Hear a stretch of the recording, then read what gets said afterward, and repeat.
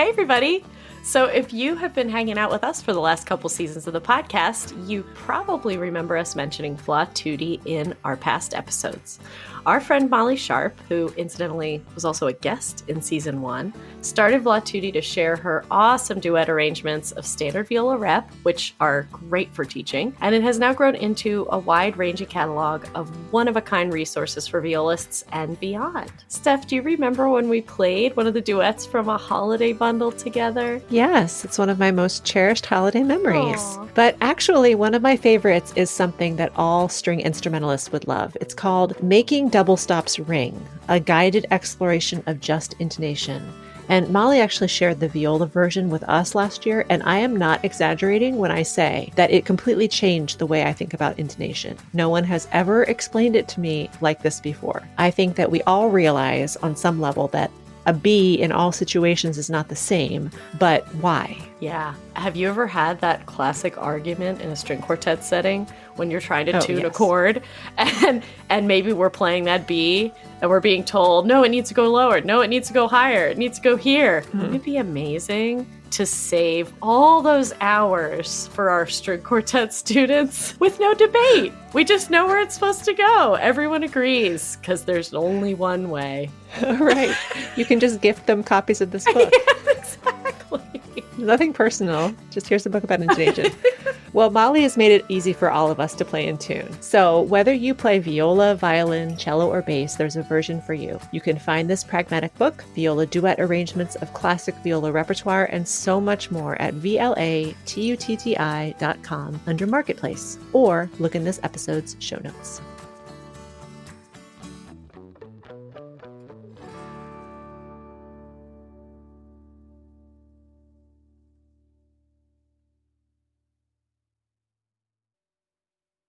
Hey everybody, Liz here. So very glad you're joining us for our 5th episode of the Viola-Centric podcast. If you've listened to our last couple of conversations, you know that Stephanie and I have made a plan to watch the Netflix documentary The Social Dilemma and then discuss it on this episode. The conversation ran really deep and the film meant a lot to us. So we've decided to air it in a separate small bonus episode that we'll be releasing next Monday, February 22nd. If you haven't seen the film yet, we highly recommend it and would love to hear your perspectives. In the meantime, we hope you enjoyed this episode of the Viola-Centric podcast.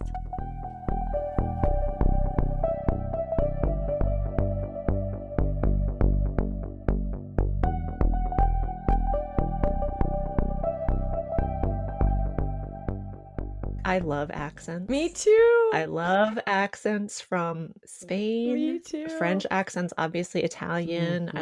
I love Russian accents. I love it. Do you think that there's anybody from another country that thinks American accents are sexy? No. Right? I mean, probably someone somewhere is like, this accent is really hot. There's a fetish for everything. There's a fetish for everything. Welcome to the Viola-Centric podcast. We are two curious violists exploring the art of connection through conversations with each other and our friends. I'm Stephanie Knutson. And I'm Liz O'Hara Starr, and we're both professional freelance musicians living in the DC metro area. Okay, so I'm really into these British procedurals. Hinterland is one that comes to mind. It's these people in Wales. They have these amazing accents, but I cannot understand them. Like, do you have to turn the subtitles on? Yes, I turn on the subtitles and then I can understand it so much better. So when someone has a really strong accent, even if it's like British or Welsh or Scandinavian, and it's just a really strong accent, sometimes I do just turn it on.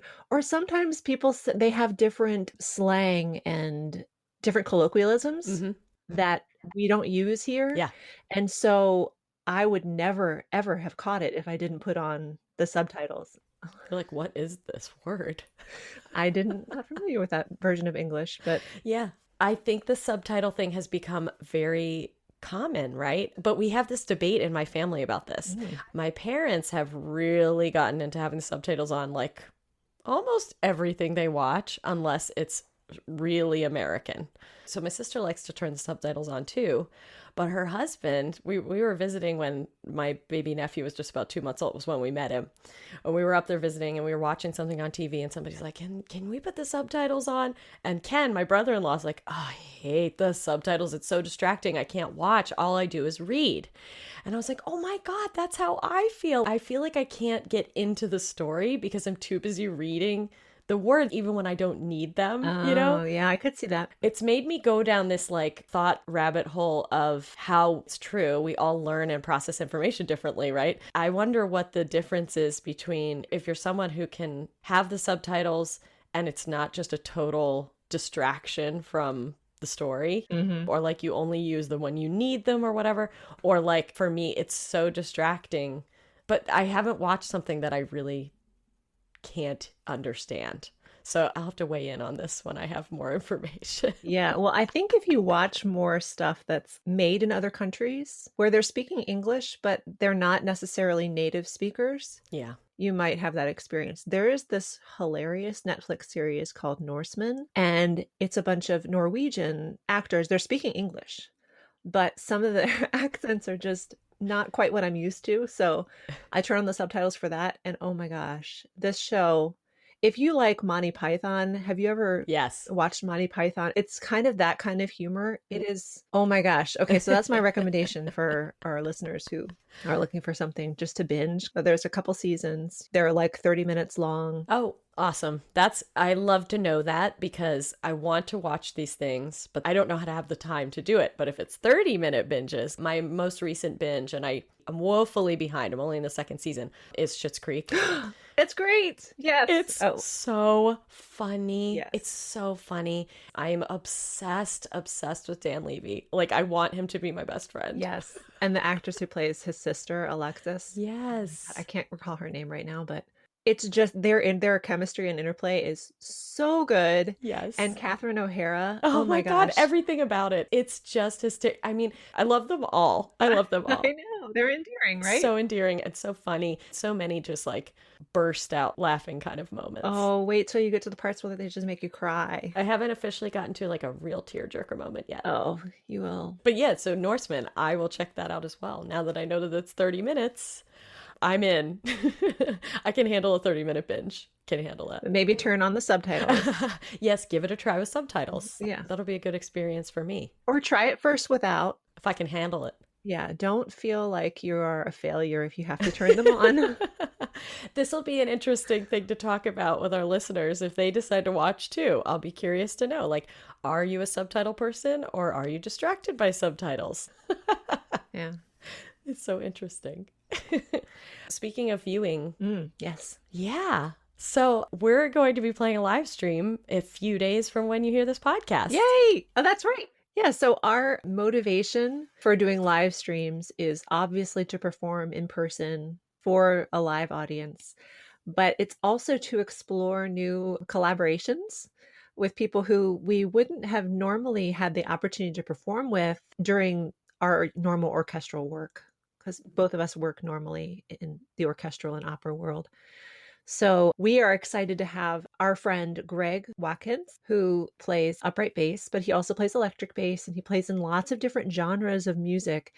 And I am just super excited to play with him. We're both going to be performing with Greg. Mm-hmm. And then we're also going to have this amazing performing duo called Kentucky Avenue with us.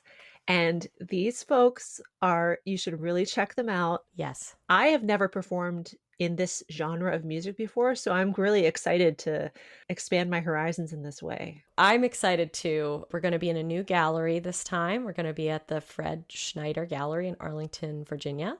And we got to kind of map out the space yesterday all together. And Stella and Dave from Kentucky Avenue played a song with Greg just to give us a taste of what it was going to be like. And it was so much fun. It's just so cool. I just smiling so big thinking about how this is going to feel doing this concert. I think it's going to be really fun. Yes. So put it in your calendar. It's going to be on February 18th, which is a Thursday at 7 p.m. Eastern Standard Time. And we're going to be featuring the art of two artists who are featured at the gallery at this time. And it's really remarkable, really stimulating art that we're going to get some close-ups of, and you're going to see some of that at the top of our live stream. Yes. The names of the artists are Sherry Trachtman and Jenny Wu. And both of them have very unique and specific points of view, I think. And they use different materials. It's really very striking art, I think. Really interesting. Yeah. Jenny Wu's, her art really kind of speaks to me as a baker. Any of you are bakers and you make those layered cookies where you color the dough different colors, and then you roll it out and you stack them up, and then you cut them in slices. Yes. And you have these beautiful multicolored cookies once you bake them. Imagine art that's made out of cutouts that look like that. I love it. And just piece together different ways. You know what I mean? I love it. I love it. That's so good. Really, it spoke to me. I was like, oh my gosh, I cannot imagine the amount of work that went into that. And they're just so cool. Yes, they are super, super cool. I think it provides this very cool atmosphere. I don't know, there's something about it. Like it evokes a certain feeling, which is kind of fun as well. Yeah. There's this wall of cassette tape ribbons. Yep. Old Diane Rehm shows. Yes. I love Diane Rehm. We love Diane Rehm. It's such a tactile, cool thing. We'll try and get some more images of that when we go in there for subsequent rehearsals. So we'll post those on our stories so you can experience it. It's so cool. Yeah. I think as far as the music goes, it is definitely going to have a different feel than our last concert. Of course, we need to mention that we're going to feature pieces of music by Scott Slappin of the Slappin Solomon Duo, who we had as guests on our podcast last time. And we love the pieces we're playing of Scott's. We just love them. Yeah. Every single time we play them, we're like, oh my gosh, this is so cool. Yeah. In between cursing his name for all the octaves. Yeah. Scott. Lots and lots of chords. Thanks, Scott. But they sound so good. But it sounds good. It's worth the work, I think. Worth the work. Worth the work. It's just really fun to play something written in 2015. That is when Prelude was written. Mm-hmm. And know that there's still room for creative and beautiful expression in music when it comes to composition. It's just very affirming. That's what I love about art, too, is it can be interpreted all kinds of different ways. And it's meant to make you feel something. Mm-hmm. And I think that's true of the visual art that we see in the Fred Schneider Gallery, and also the auditory art, the aural, AURAL art. Right. The sound art that Liz and I are going to be presenting to you, and the rest of us are going to be presenting also. You get to have your own experience, and that's the beauty of art. Yes. And if it inspires you, then, oh man, that's the goal. Yep. Yep. I was buzzing with creativity after our meeting yesterday with everybody. Energized. So energized. It's going to be really fun. So once again, February 18th, that's a Thursday, 7:00. It's going to be from our Facebook page. Just like before, we are so excited to interact with you. We want all the reactions, all the comments. Just keep them coming the whole time. We had such a blast doing that last time. So, yeah. Yeah, so tune in for that. And in the meantime, if you're listening to this, please subscribe to our podcast. And if you love it, please leave us a 5-star review. That really helps us out in ways that it's hard to describe. Yep. But we're going to have a giveaway that's related to writing reviews coming up here soon. So I'm just going to tease that.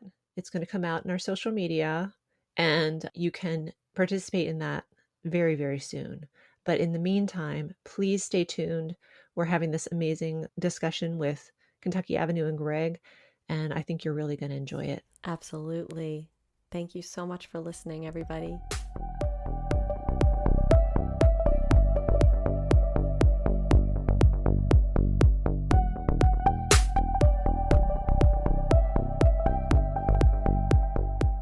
So hi, guys. Hey. Hello. Good to see you. Yeah. See your whole faces. That's right. I know. That's right. You recognizing now? Oh, it's you. Oh, yes. The world of wearing a mask when you meet a new person. Can't wait till that's over. Yeah, I hear you. Well, I'm wearing 4 masks now. Yeah, I know, right? I haven't gotten into the double up yet. I haven't either. I guess I probably You should. should join the Yeah. club. I should join The double up Double club. up club. Everybody's doing it. But you guys have played some shows during the time of COVID, right? Very few. What has your gig life been like? Pretty slim. Yeah, I would say Yeah, like one actual official show. We had a show booked at Hill Country. Hill Country Barbecue for March 20th, and I think the last show at Hill Country was the Friday or Saturday before. So we lost that one, and then that was that. We got one in on Labor Day weekend, which was outdoors at B Chord Brewery, because they've got 500 acres or whatever out there. Out in Purcellville. Yeah. Round Hill. Round Hill. And then other than that, we played on my porch in November, and Yeah. that was it. That was it. Yeah. Slim pickings. Oh. Well, so maybe this would be a good time for you guys to tell us how you came together and what your performing life was like before COVID. It is kind of a funny story. I'm a high school English teacher at a all-girls school in Washington, D.C., and I was asked to participate in a school event where what we call a dad band often played, and the people organizing it thought it might be kind of fun for the students if I sat in on a few songs. And I think you like to talk about what you all Right. So thought. I was in, prior to Kentucky Avenue, I was in this a dad band for lack. I was just going to say, you were a member of the dad band. I was right. Yes. And Nothing cooler than a there's dad. nothing cooler. Yeah. Right. This is the first time hearing. the best dance. And I have 3 sons, so I don't have any girls that go to the school where Stella teaches. I'm pretty much just a hired guitar gunslinger in the dad band. And everyone else in the band had girls at Stella's school. So they had organized this fall event, and kind of the emails were going around that one of the faculty members, teacher, is going to be sitting in with the dad band. We're cool. And then so our emails start flinging around. It's like, oh, it's going to be Sister Mary Margaret and her ukulele, and little did they know. right. Heck yeah. And one of the dads, a friend of mine, Scott, he emailed and he's like, I have her album, dude, she's legit, right? So that's all he said. So we're kind of playing this little warm-up show in my friend's front yard at a barbecue this summer, like right before the This school event. Yeah. And she shows up, and long story short, it's not Mary Margaret and her ukulele. It's Stella. And as soon as she started singing, I was like, holy moly. Awesome. And that was that. I was like, you, come here. Anyway, so we started rehearsing some things together, started writing, and in about a month or 6 weeks, Yeah. had written that first record. Yeah. And that was that. That was like going into 2017. It was fun because when we were practicing for the school event, we would just kind of say, hey, I was working on this song, or I wrote this a long time ago, but I never recorded it. And, that's where all of the Kentucky Avenue music kind of originated, just with our kind of backlog of songs. And then, mean, it was really it just kind of all clicked at once. It was so exciting, just to just kind of tap into that creative energy and watch these songs that were kind of sitting on the shelves for a while, just come to life. And yeah, it was really great. I love that. That is so great. And now, how did our dear buddy Greg come into the picture? Was he in the dad band too? No. He is a dad. I am a dad, but I know you are. Yeah. Greg has played one short little half set with the dad band at the school function, and everyone in the dad band is like not a musician. So Greg sits in with them, and they're like, "Damn, right?" The ringer. Anyways, when we were starting to do pre-production on our first record, I was reaching out to some folks looking for players. And I have a background in film and TV music, so I know a lot of composers. So I reached out to a friend of mine, a guy named Charlie Burnett, who I'd done a lot of TV stuff with. And I'm like, hey, we're doing this record, and if you know any upright players, I'd love for you to send them their way. And he comes right back. He's like, Greg Watkins, he's basically the man, and he can sing, he like so on and so forth. Dave, you make me blush. Oh, I know. The other kind of reverse happenstance was Greg had played in a rock band called the Sketches with a friend of mine named Anthony Allen that I had worked with at Discovery for ages and ages. So, and I had seen them play live before a couple times because I was friends with Anthony. So I knew who Greg was, and I had seen Greg play at Charlie Barnett's Christmas parties and sitting in. So I knew of, the legend of Greg. He's legendary now. Yeah. Almost time for a memorial concert. Tribute concert to Greg Watkins. So we just reached out and said, hey, we're making this record. And, I know Anthony, I know Charlie, and that was that. The rest is history. Very cool. Greg, is that the record that I played for? That's the record you played for. Isn't that funny? Yeah. Yes. That's crazy. Your name is in the liner notes. Ah, that's Yeah. crazy. Sorry if you didn't get the CD. Yeah. Uh-oh. Where's my copy? It's coming. It's coming. Crazy. It's in the mail. Check's in the mail. You guys are on Spotify, right? Yes. I'm just going to go over there and follow you and get it all downloaded. That Good. is It's so crazy. That's awesome. It's a small world. Yeah. It really is such a small world, the music world. Yeah. Right. For that first record, what happened was I kind of wanted to see if I could put some strings on it. And I asked Dave and Stella, I think this one song called Lion's Den would be a really nice song to layer it with like an orchestra. And they said, okay, well, go for it. And that's where it was being recorded at this really famous studio called Inner Ear Studios in Arlington. A lot of, Dave, who's recorded there? I mean, there's been some major. The DC punk bands, Fugazi, Minor Threat, Dave Grohl records there when he comes into town. It's like the legendary DC punk recording studio. Stella Schindler recorded a solo record there. Very cool. It's legit. So that's when, Liz, I asked you to play because I put together a string quintet, Yep. and that's where we played the track Lion's Den Yeah. on the first record, which is called what, Dave and Stella? Nothing Here Is Mine. Available wherever music is streamed. Right. You got it.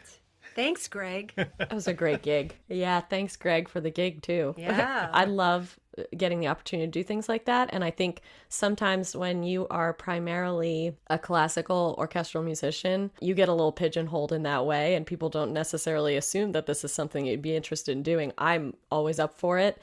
But also, I could theoretically walk to Inner Ear Studios. So that was another really That's cool. great bonus. I didn't have a long road trip to get there.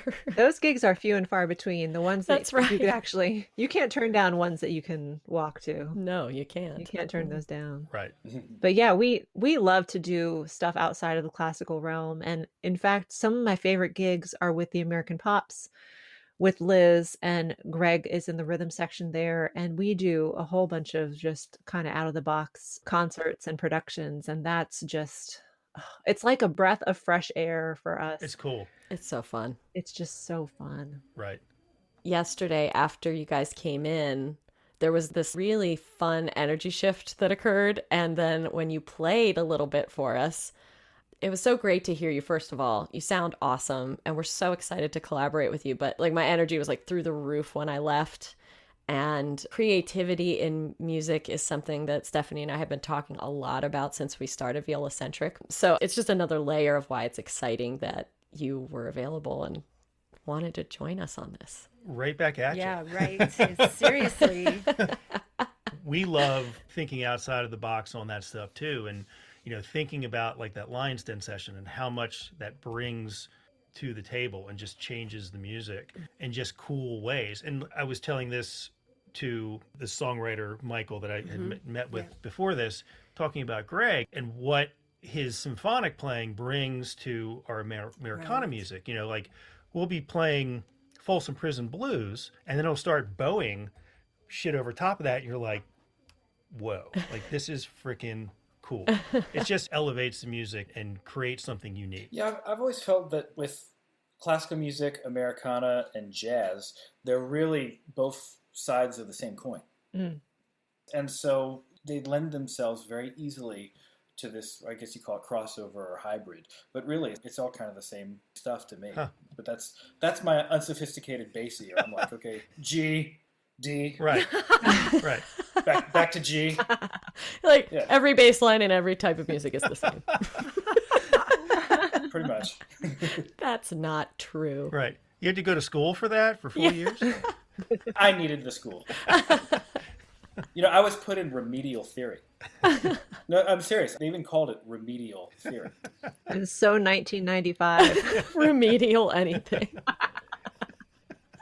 So, Greg, were you trained as a classical bass player, or were you doing both jazz and... I never studied jazz in college at the college. I was really fortunate to start moonlighting at my freshman year. So many things, I think, for all of us musicians are sort of a series of misfortunate events. What got me with jazz, and it was really a blessing, was a friend of mine was a bass player. And he was older than me. He was a graduate student level. And a real great schmoozer, great talker. And he got into this big band.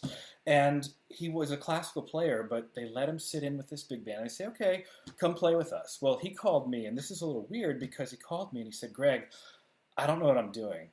I'm going to do half the gig. Can you do the other half of the gig? Because I don't think I can do the whole gig. So who does that? So they said, okay, fine. I come to the gig, and it's weird because they're like, why are there two bass players at a gig? This is a big band. You don't have two bass players. And not only was he kind of a schmoozer, and he did fine, but he took the book, these book of stock charts. These are books that have been put together for years and years and years. And he lost the book.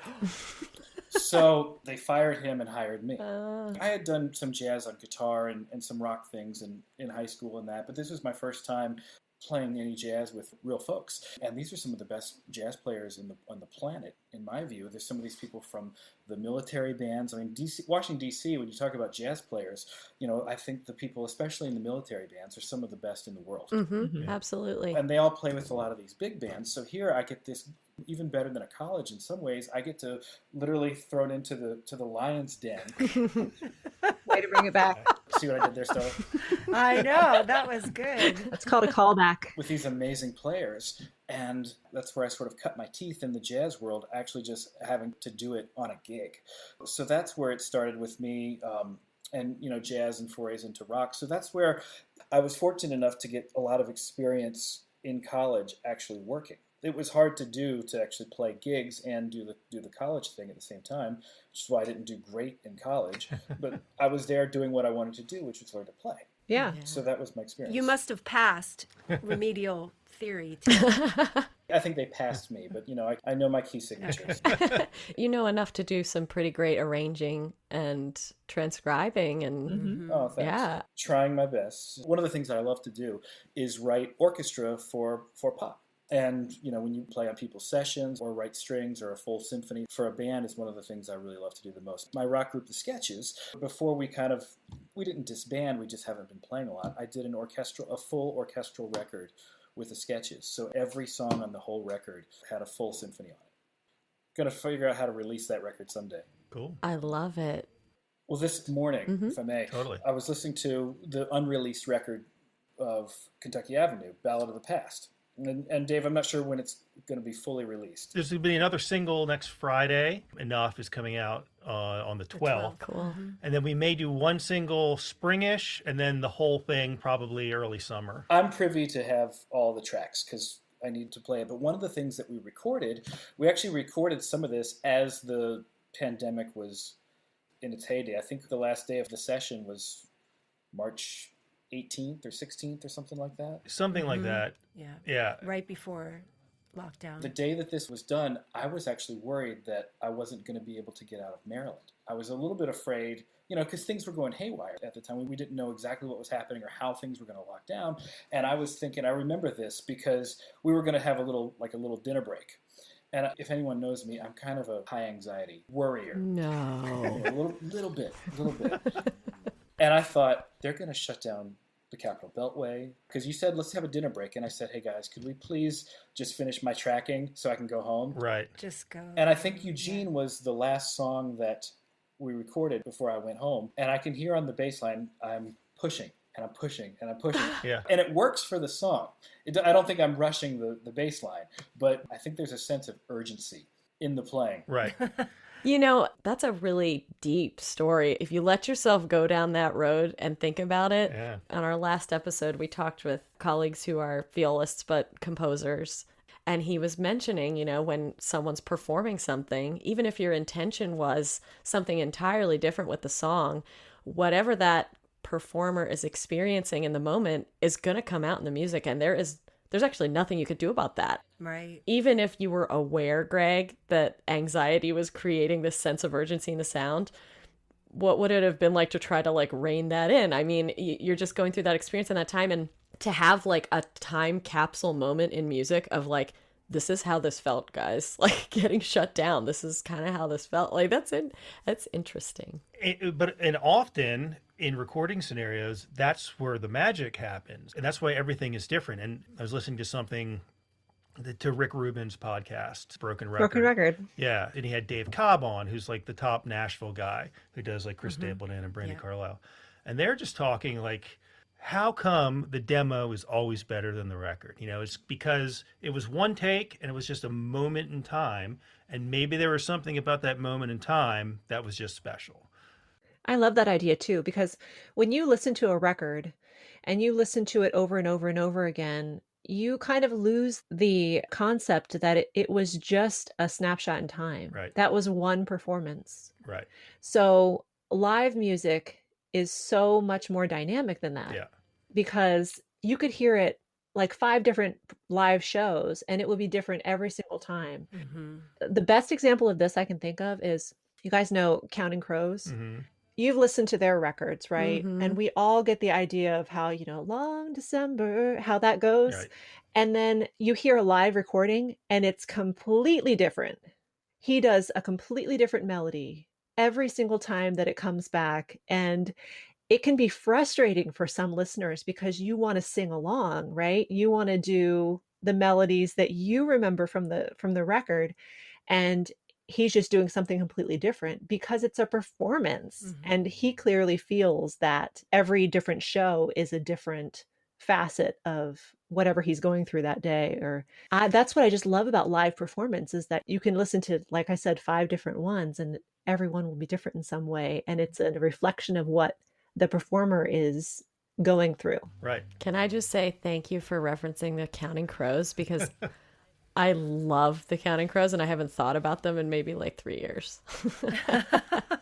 Yeah, so Stella, you have your origin story for Kentucky Avenue, but before this, it sounds like you were writing music on your own for a long time. Were you kind of just like going it solo for all those years? And do you guys have training in music, or was this just your passion project outside of teaching English? Yes. Empowering young ladies. Yes. I mean, I've always loved singing, but I never had any formal training. And I really didn't sing publicly until college, when I was in some college bands, and then I didn't start writing until I started playing guitar, which was after college. So a lot of this happened pretty late in life. I mean, considering how many people start when they're little, like learning the recorder and all of those things, piano but I loved to sing, and I think the learning guitar was just to start accompanying myself, and so I kind of made it a little foray into the singer-songwriter world. And at the time when I was learning guitar, I was living in Omaha, Nebraska, and I had lived there for 2 years. But in those 2 years, I wrote a bunch of songs and had 2 solo gigs under my belt. And so, yeah, I have a kind of folky album I put out in 2000.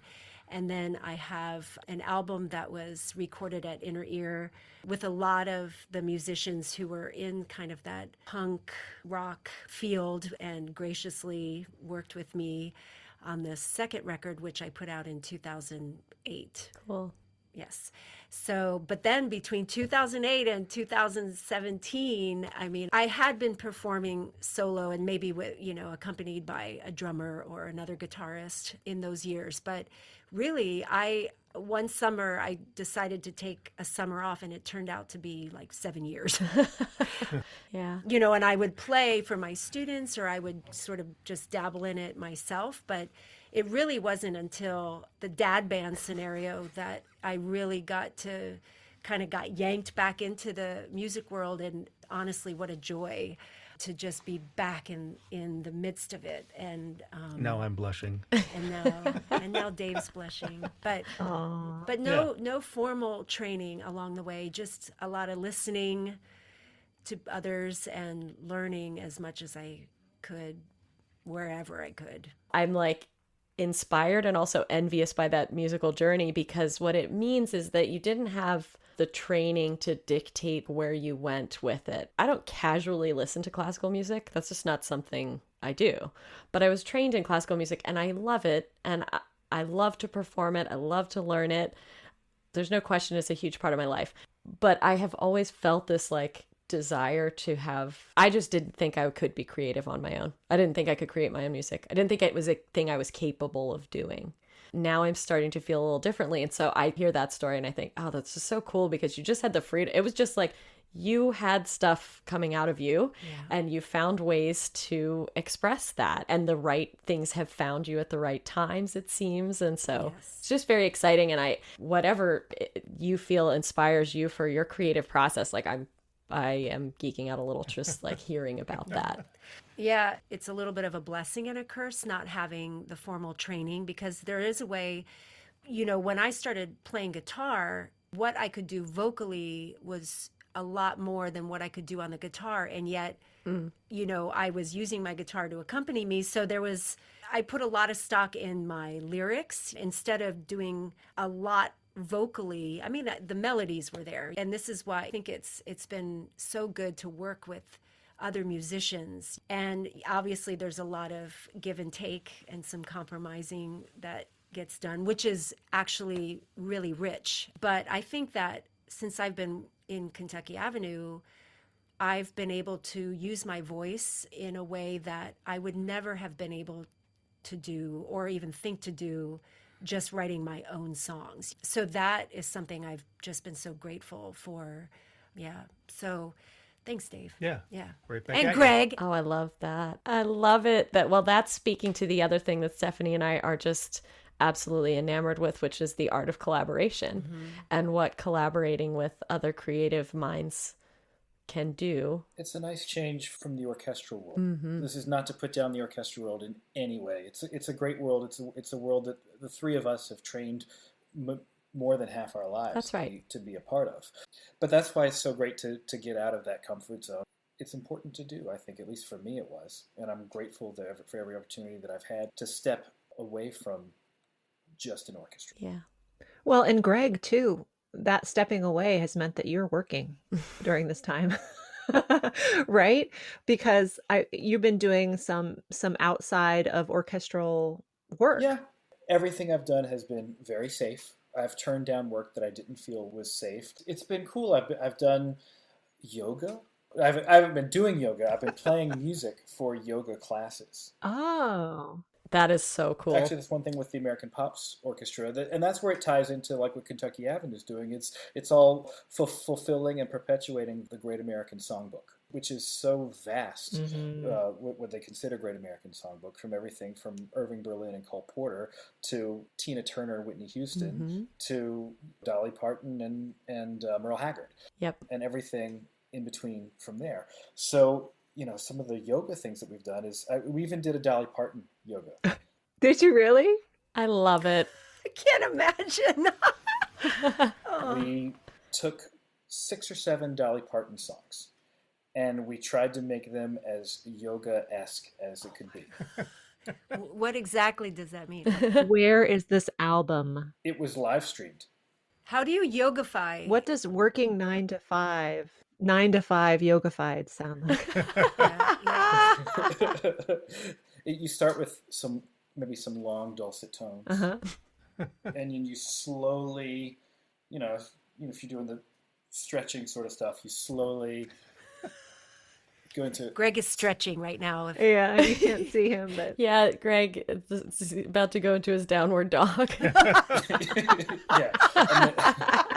No, I don't do yoga. I just You know, it's funny. Do you guys know this app, Insight Timer? It's a meditation app primarily, but it's every morning I just try to dedicate 20 minutes of silent meditation as the first thing I do in the day. And the Insight Timer has, you can just set it for 20 minutes and then you can literally have a Tibetan singing bowl like ring you out, and it's really nice. But they have so many free resources, and they do these, people are just live all day long presenting meditations, yoga classes, whatever.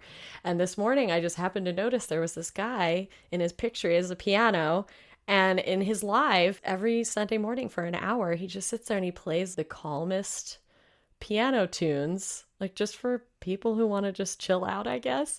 And I was like, this is a great idea. Why aren't we doing this more often? Like, that sounds like fun. Greg, you should get into that. Yeah, Greg, you could probably make some money. I think they have a way for people to donate to whoever's doing the entertainment. So, yeah. I've got experience now. Yeah. Actually, one of the most fun things we did with that was one of them we did disco yoga. Those two things seem like they are counter to each other. Yes. I mean, Greg, you could have like a whole series of this stuff, but you'd have to wear like a costume. Like you'd have to wear like a disco, like John Travolta. I would subscribe to that for sure. Yeah. Okay.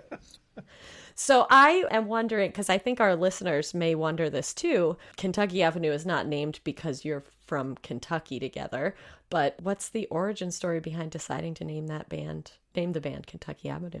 When we first started rehearsing, we were rehearsing in Stella's classroom. And after, a month or so of rehearsing, things were just falling into place. And we knew that this was going to be something moving forward. So I said, you should come have dinner at my house and meet my family and blah, blah, blah, And she's like, great, we're wrapping up gear. Just text me the address of where you live, and packing stuff up. And then she's kind of standing there kind of like looking at her phone, and she says, 7 Kentucky Avenue in Bethesda. And I was like, yeah, it's a weird story, blah, blah, blah. And she's like, I used to live in that house. What? Stop.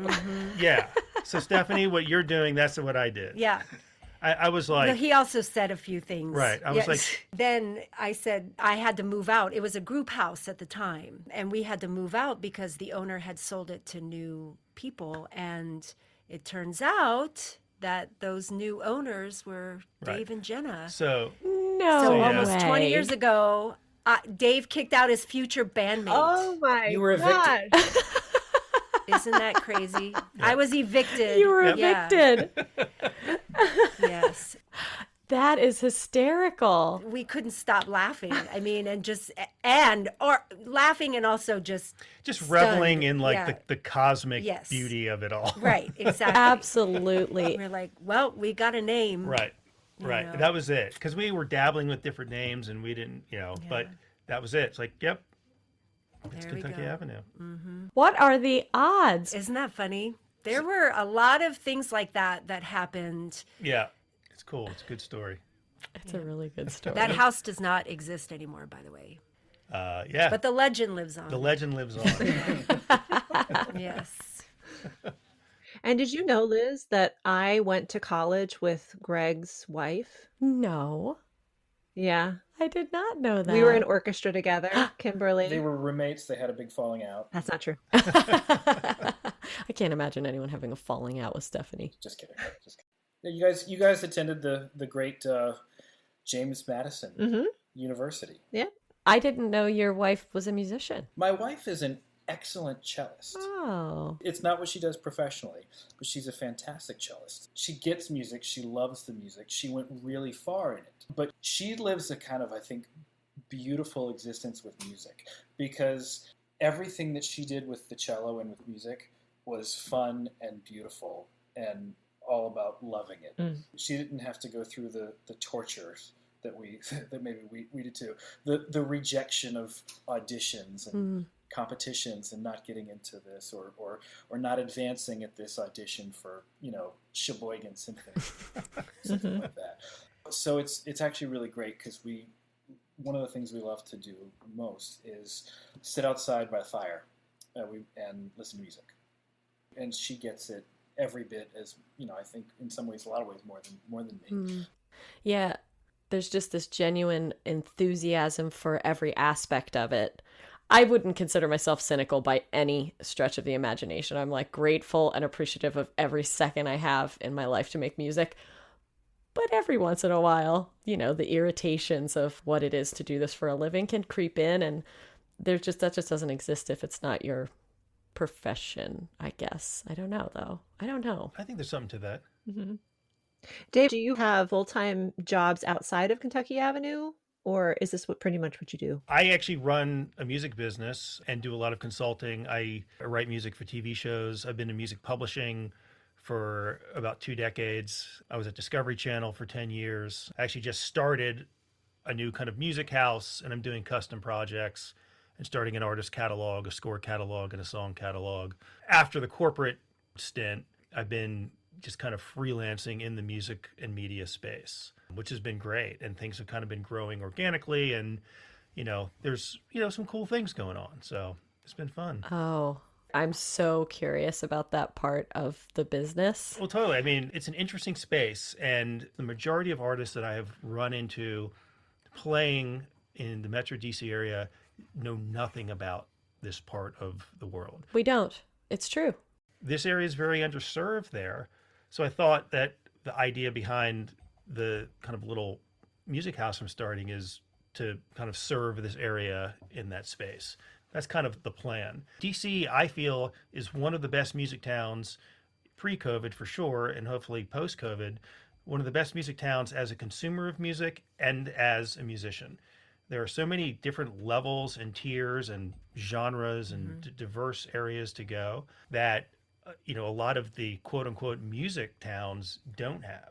So I think DC is a special place in that regard, but they have no real kind of music publishing core. It's really great that you acknowledge that the DC area has no shortage of talent. Mm-hmm. That is so cool. Do you have a name for your business? Do you have a marketable name yet? Yeah, it's called Vehicle Music Group. Vehicle Music Group. Yeah. Yeah. I see a massive market for that here for you. Yeah. With Viola-centric, I see possibilities for us to be curious about how we might be able to do some things. Totally. And to know somebody that can help us with that is really exciting. And again, to mention that during this time, this idea presented itself to you so that you had the room to kind of work it out in your mind, Yeah. And really, a lot of folks had reached out to me, and kind of through that collaboration, pieces have started to fall together. I've soft launched it, and I've kind of started the consulting and some of the custom side, and now the catalog building starts. But that's what happened. I think people kind of woke up and also found that with no live shows, they also had time to start thinking about how to fill in that 360-degree circle of what you need to be a musician, a full-time musician. So, yeah, I mean, I chalk that up to some of the lemonade that came out of the lemons of 2020. And our new record being another one of them. And so, Yeah. Because of COVID over 2020, we've had this breathing room where you can allow your mind to kind of relax and see other opportunities, other possibilities. And then with Liz and I, one of the products of that obviously was this partnership and this brand that we're starting. And you can just kind of envision yourself as something different that you were not before. And through these opportunities, you discover new things about yourself. I didn't know, that we could put on a podcast, right. that we could technically do it ourselves without any outside help, that we could put on a live stream. Yes. And we would have never taken the time or the risk to do it. The risk is a big part too. Right. And that's great. Which is going to happen in 11 days from now. It's going to be one of those wonderful live performances that Yep. it happens, and whatever happens, happens. And I know that there's going to be some magical moments. But it feels good to play. It feels better than ever. Oh, feels so good to play. In fact, one of the best times I had was, this would have been, when did we do our photo shoot? Oh, yeah. It was kind of in the peak of us being shut down, and we had our instruments.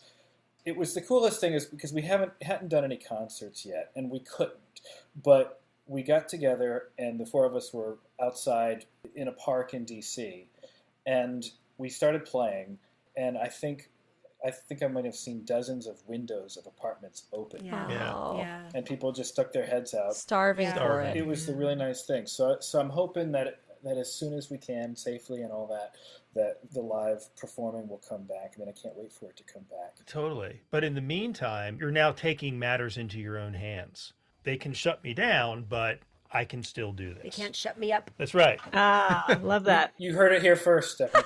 Yes, we did. You heard it here first.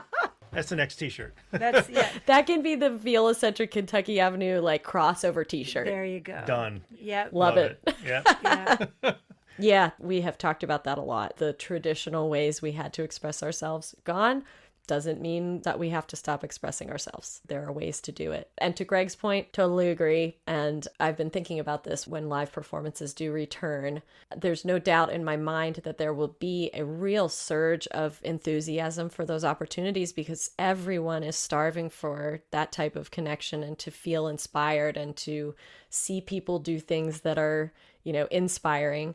And if we can prepare for that as music culture and offer up the very best of ourselves in that way, that will go a long way, I think, to the future of what music is going to look like. Right. And I sort of am speaking from a classical bent because we've been struggling with that for a long, long time in our business.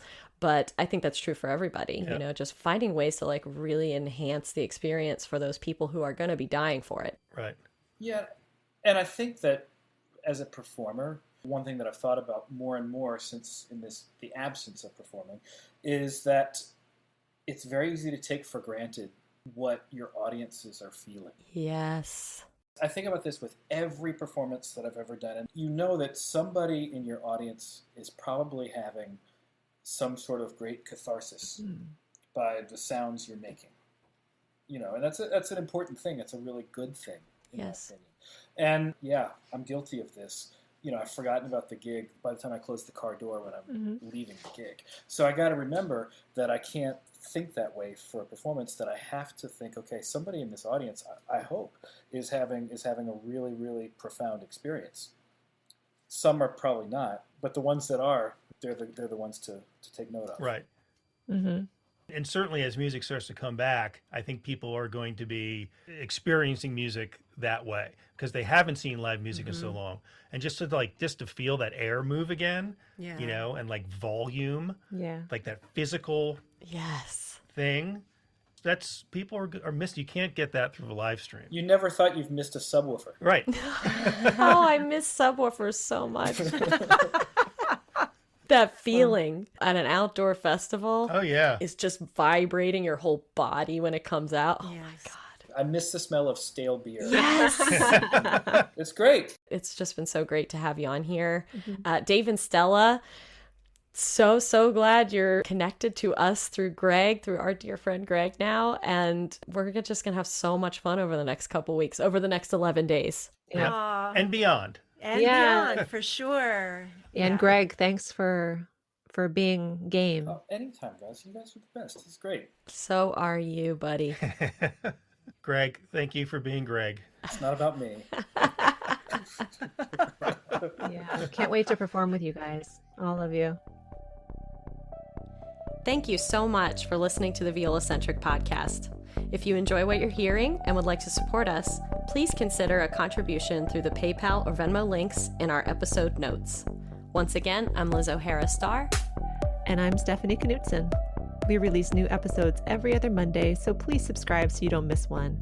In the meantime, connect with us on Facebook and on Instagram and email us at violacentric@gmail.com. Thanks again for listening.